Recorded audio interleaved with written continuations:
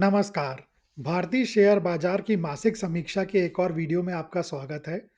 इस वीडियो में मैं नवंबर के महीने में भारतीय शेयर बाजार के प्रदर्शन पर अपना विश्लेषण साझा करने जा रहा हूँ। मैं इन 7 बिंदुओं पर बात करूँगा। सबसे पहले हम महीने की प्रमुख सुर्खियाँ देखेंगे, फिर हम प्रमुख बाजार सूचकांकों का प्रदर्शन देखेंगे, सेक्टरों का प्रदर्शन देखेंगे, आईपीओ, ओएफएस और अन्य बाजार गतिविधियाँ देखेंगे, फिर सोने, चांदी, मुद्रा और तेल की कीमतों में जो उतार-चढ़ाव आया है उसको देखेंगे। शीर्ष 10 वैश्विक अर्थव्यवस्थाओं का प्रदर्शन देखेंगे नवंबर महीने का और सबसे आखिरी में भविष्य की संभावनाएं और नवंबर महीने का निष्कर्ष क्या रहा वह देखेंगे। तो आइए इन प्रत्येक बिंदुओं को कुछ विस्तार में देखते हैं। आगे बढ़ने से पहले कृपया पूरे डिस्क्लेमर को ध्यानपूर्वक पढ़ लीजिए। तो सबसे पहले देखते हैं इस नवंबर महीने की प्रमुख सुर्खियां। भारतीय बाजार से शुरू करते हैं। निफ्टी और सेंसेक्स ने अब तक के सबसे ऊंचे स्तर को छुआ। तेजी कुछ सीमित बड़े शेयरों के नेतृत्व में चल रही है। भारत और अमेरिका के बीच व्यापार समझौता अभी तक अंतिम रूप नहीं ले पाया है। कच्चे तेल की कीमतों में नरमी आई है और दूसरी तिमाही के नतीजों का मिश्रित समापन हुआ है। अब कुछ अंतर्राष्ट्रीय बाजार की खबरें देख लेते हैं। फेडरल रिजर्व द्वारा ब्याज दर में कटौती की उम्मीद से अमेरिका का वॉल स्ट्रीट में तेजी आई। अमेरिका और यूरोपियन आर्थिक आंकड़ों में असामान्य अंतर। बैंक ऑफ जापान की ब्याज दरें बढ़ाने की अटकलें। बिटकॉइन और क्रिप्टो बाजार में भारी गिरावट देखी गई। चीन में आर्थिक गति धीमी हो गई है। आगे बढ़ते हैं, दूसरे पॉइंट पे चलते हैं जो कि है प्रमुख बाजार सूचकांकों का प्रदर्शन। तो ये ग्राफ दिखाता है कि जो भारतीय शेयर बाजार में 5 प्रमुख सूचकांक हैं, उनका प्रदर्शन कैसा रहा नवंबर में। निफ्टी 50 ने 1.92% का रिटर्न दिया। निफ्टी नेक्स्ट 50 ने नेगेटिव रिटर्न दिया है 0.94% का। निफ्टी मिड कैप 100 ने 2.12% रिटर्न दिया और सबसे अच्छा परफॉर्मिंग इंडेक्स रहा है broader index Indian share market का। लेकिन निफ्टी स्मॉल कैप ने -3.3% का रिटर्न, बहुत खराब स्थिति निफ्टी स्मॉल कैप की नवंबर में, जबकि नवंबर एक काफ़ी अच्छे महीनों में से माना जाता है भारतीय शेयर बाजार के लिए। और निफ्टी 500 ने 1% का रिटर्न दिया है। तो ये उसी पॉइंट को जो अपन ने पिछले में देखा, वही पॉइंट को दिखाता है कि कुछ शेयर हैं, सिलेक्टिव शेयर जो बढ़ रहे हैं, जिस कारण से निफ्टी वगैरह है। लेकिन अगर आप मेजॉरिटी शेयर की बात करो, तो बाजार में मेजॉरिटी जो है, वो नीचे जा रहे हैं या फिर फ्लैट चल रहे हैं, है ना? तो इस कारण से पूरा बाजार नहीं आगे बढ़ रहा है। कुछ स्पेसिफिक स्टॉक, कुछ स्पेसिफिक इंडेक्स जो हैं, वो आगे बढ़ रहे हैं। ठीक? आगे बढ़ते हैं, सेक्टरों को देखते हैं कि सेक्टरों ने कैसे प्रदर्शन किया। तो सेक्टर में भी वही चीज़ जो अभी अपन ने वहाँ पे देखी वो समझ में आ रही है। कुछ सेक्टर्स ने काफ़ी अच्छा प्रदर्शन किया, लेकिन कुछ सेक्टर्स ने काफ़ी खराब प्रदर्शन भी किया। अच्छे प्रदर्शन करने वालों में capital markets 5.66, IT 4.77, PSU bank 4.03। इसके अलावा फार्मा ने बढ़िया प्रदर्शन किया, ऑटो ने अच्छा किया, बैंक ने अच्छा किया। ठीक है, तो आप देख रहे हो कई सारे सेक्टर जिन्होंने अच्छा प्रदर्शन किया, लेकिन कई सारे सेक्टर्स ऐसे भी हैं जिन्होंने बहुत खराब प्रदर्शन किया, जैसे रियल्टी -4.69, मीडिया -4.38, मेटल -2.96, पीएसयू -2.78। तो कुल मिला के वही बात जो अपन ने पहले 2 देखी कि हो यही रहा है कि कुछ सेक्टर्स, कुछ स्पेसिफिक स्टॉक्स अच्छा परफ़ॉर्म कर रहे हैं, जिस कारण से थोड़ा बहुत बाज़ार ऊपर जा रहा है, ऑल टाइम हाई तक पहुँचा है, लेकिन वो निफ्टी या सेंसेक्स पहुँचा है। अगर आप स्मॉल कैप स्टॉक को उठा के देखेंगे या उसके इंडेक्स को भी देखेंगे, वो अभी भी बहुत नीचे है अपने ऑल टाइम हाई से, है ना? तो इसका मतलब मार्केट में अभी व्यापक रूप से तेज़ी नहीं है, केवल कुछ सिलेक्टिव स्टॉक, सिलेक्टिव सेक्टर्स में तेज़ी है। आगे बढ़ते हैं, अब देखते हैं आईपीओ, ओएफएस वगैरह की में क्या रहा।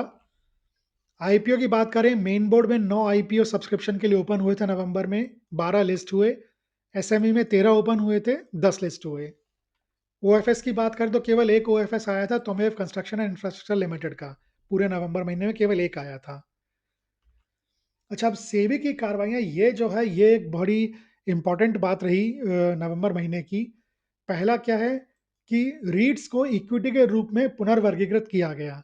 ये इसमें क्या हुआ है कि सेबी ने घोषणा की कि रीट्स जो होते हैं यानी कि रियल एस्टेट इन्वेस्टमेंट ट्रस्ट, इसमें म्यूचुअल फंड और एसआईएफ का निवेश 1 जनवरी 2026 से इक्विटी संबंधित साधन माना जाएगा।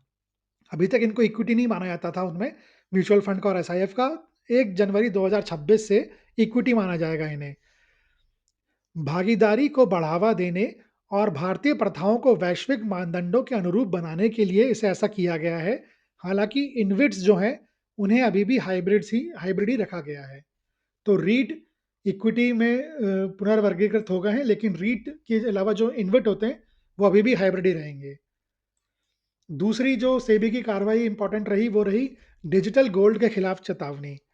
अब हो क्या रहा था कि पिछले कुछ महीनों में या कह लीजिए पूरे 2025 में ही सोने की, चांदी की कीमतें रिकॉर्ड तोड़ रखी थी बिल्कुल।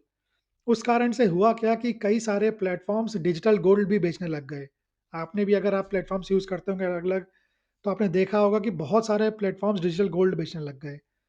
तो उसके लिए जो है, सेबी ने एक डिजिटल गोल्ड में व्यापार करने के संबंध में जनता को एक बड़ी चेतावनी जारी की है, जिसमें निवेशकों को सलाह दी गई है कि यह प्लेटफ़ॉर्म वर्तमान प्रतिभूति बाजार के ढांचे के तहत अनियंत्रित हैं और इसमें जुड़े जोखिमों पर जोर दिया गया है। तो ये बहुत वो है कि अनियंत्रित है, इल्लीगल नहीं बोला, अनियंत्रित बोला है और इसमें रिस्क काफ़ी ज़्यादा हो सकता है।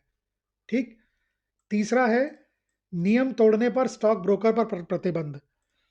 अब एक सेबी ने प्रभुदास लीलाधर, ये एक बड़ा ब्रोकरेज हाउस है। प्रभुदास लीलाधर नामक एक प्रमुख स्टॉक ब्रोकर को ग्राहक के फंड का दुरुपयोग सहित कई नियमों के उल्लंघन के कारण 7 दिनों के लिए कोई भी नया अनाउंसमेंट असाइनमेंट लेने से निषेध कर दिया है और एक जाँच का भी आदेश दिया है। ठीक है? तो कोई नया असाइनमेंट नहीं ले सकते 7 दिन तक, ये जो है, तो ये स्टॉक ब्रोकर। तो इससे एक चीज़ समझ में आती है कि स्टॉक ब्रोकर भी जो हैं वो उतने दूध के धुले हुए नहीं हैं, जितना एक आम इन्वेस्टर को लगता है। उन्होंने बोल दिया कि ये बढ़ेगा, टारगेट प्राइस है, तो वो शेयर बढ़ेगा, ऐसा ज़रूरी नहीं है। उन्होंने बोल दिया कि अब बाय रेटिंग नहीं, सेल रेटिंग दे दी किसी को, तो इसका मतलब ये नहीं कि कंपनी में कुछ गड़बड़ हो गई है। ठीक है? चौथी जो बड़ी कार्रवाई या बड़ी इंपॉर्टेंट अपडेट सेबी की तरफ से था नवंबर महीने का, वो था कि अपंजीकृत ऑनलाइन बॉन्ड प्लेटफ़ॉर्म के संबंध में चेतावनी। तो डिजिटल गोल्ड के संबंध में चेतावनी दी थी और दूसरी चेतावनी जो दी थी, वो अपंजीकृत ऑनलाइन बॉन्ड प्लेटफ़ॉर्म के संबंध में थी।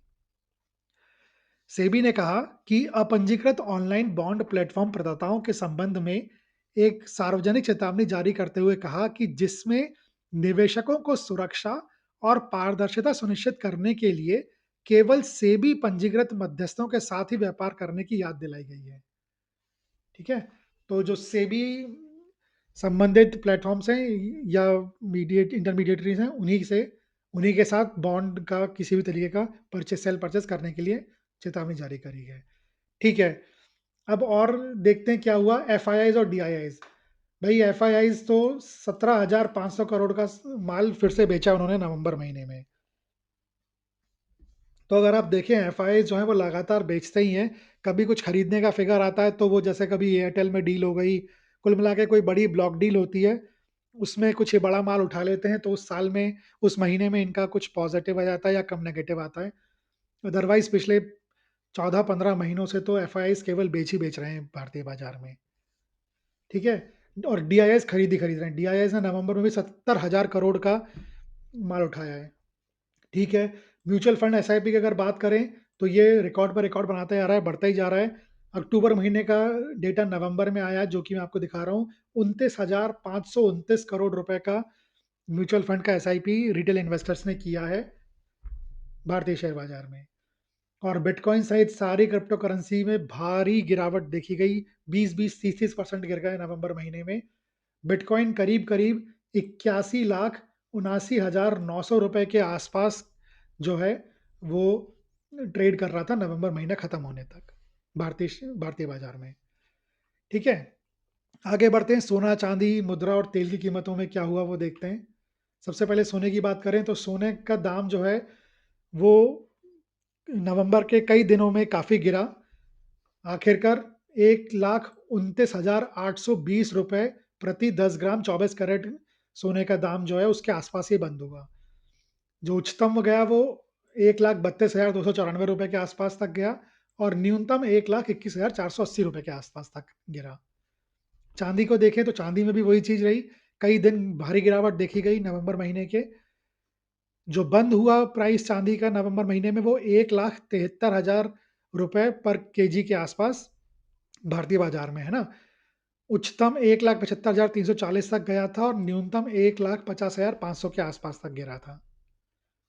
मुद्रा की बात करें अमेरिकी डॉलर और भारतीय रुपए की, तो भारतीय रुपया बहुत बुरी तरीके से गिरा नवंबर के महीने में। जो बंद हुआ वो $1 के अगेंस्ट 89.43 इंडियन रुपीस के अगेंस्ट $1 रह गया, बढ़ गया मतलब कहने का। 89.66 तक पहुंचा था। सबसे कम जो था 88.16 तक था। तो भारतीय रुपए की हालत खराब होती जा रही है डॉलर के अगेंस्ट। और सबसे आखिरी में ऑयल देखते हैं। ऑयल की कीमतें बुरी तरीके से गिरी नवंबर के महीने कुछ दिनों में। उच्चतम अगर ब्रेंट की बात करें, ब्रेंट क्रूड ऑयल उच्चतम $65.76 प्रति बैरल और न्यूनतम $60.96 प्रति बैरल। डब्ल्यूटीआई की बात करें उच्चतम $61.50 प्रति बैरल और न्यूनतम बात करें तो $57.10 प्रति बैरल पर रहा तेल की कीमत।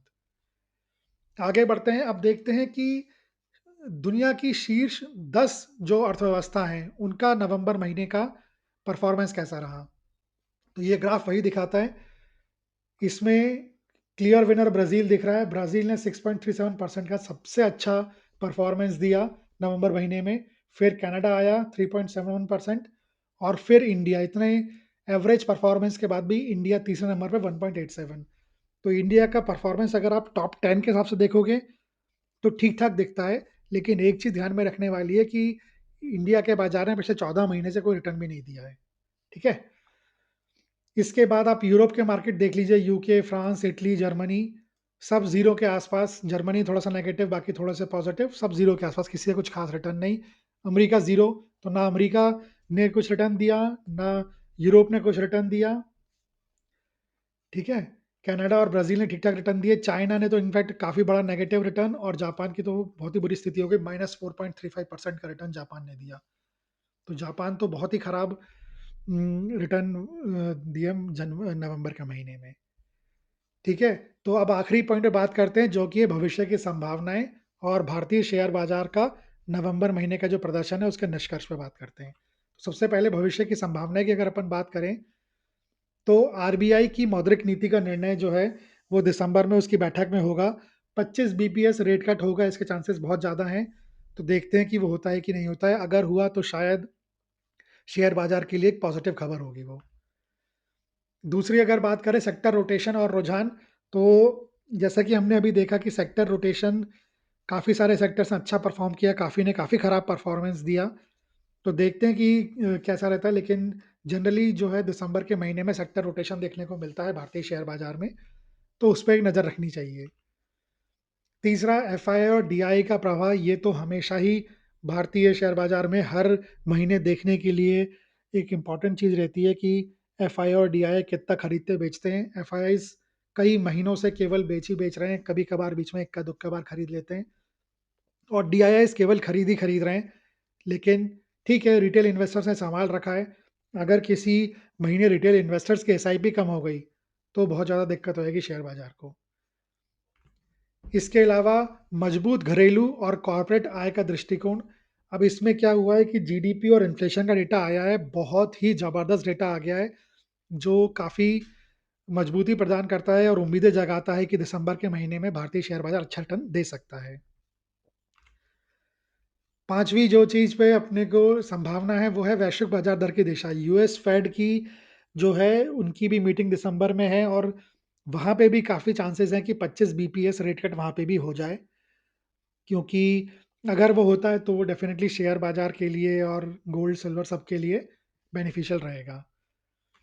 और छठी चीज़ है कि मौसमी प्रभाव और तकनीकी स्तर। अब दिसंबर में जनरली सेंटर रैली एक टर्म है कि दिसंबर के कुछ दिनों में, आखिरी के कुछ दिनों में बाज़ार अच्छा मूव करता है। उसकी उम्मीदें हैं, लेकिन तकनीकी लेवल पे ऑल टाइम हाई पे सेंसेक्स और निफ्टी पहुंच गए हैं। तो अब देखना है कि वो क्लियर ब्रेकआउट के बाद ऊपर मूव करते हैं या कुछ टाइम कंसोलिडेट करते हैं यहाँ पे। ठीक है ना?